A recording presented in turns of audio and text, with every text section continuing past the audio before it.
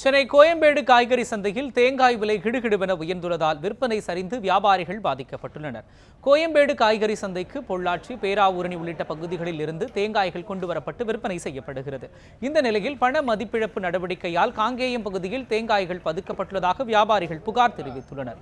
இதனால் கடந்த மாதம் 10 ரூபாய்க்கு விற்கப்பட்ட தேங்காய் தற்பொழுது 2 மடங்கு உயர்ந்து 25 ரூபாய்க்கு விற்கப்படுகிறது. தேங்காய் விலை கடுமையாக உயர்ந்துள்ளதால் விற்பனை சரிந்துள்ளதாக கூறும் வியாபாரிகள் மத்திய மாநில அரசுகள் உடனடியாக நடவடிக்கை எடுக்க வேண்டும் என கோரிக்கை விடுத்துள்ளனர். டன்னு 16,000 ரூபா விற்ற டன்னு இன்னைக்கு 31,000 ரூபா விற்கிது.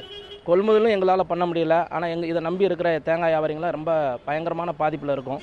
வியாபாரிகளுக்கு ரொம்ப பாதிக்கிற மாதிரி விவசாயிகளுக்கு சுத்தமாக ரேட்டு கிடைக்க மாட்டாங்க. ஆனால் இதில் மத்திய அரசும் மாநில அரசும் இதை நடவடிக்கை எடுத்து அந்த கொப்பரை பதுக்கலையும் தேங்காய் பதுக்கி வைக்கிறதையும் நடவடிக்கை எடுத்தாங்கன்னா எங்கள் வியாபாரியும் விவசாயிகளும் காப்பாற்ற முடியும்.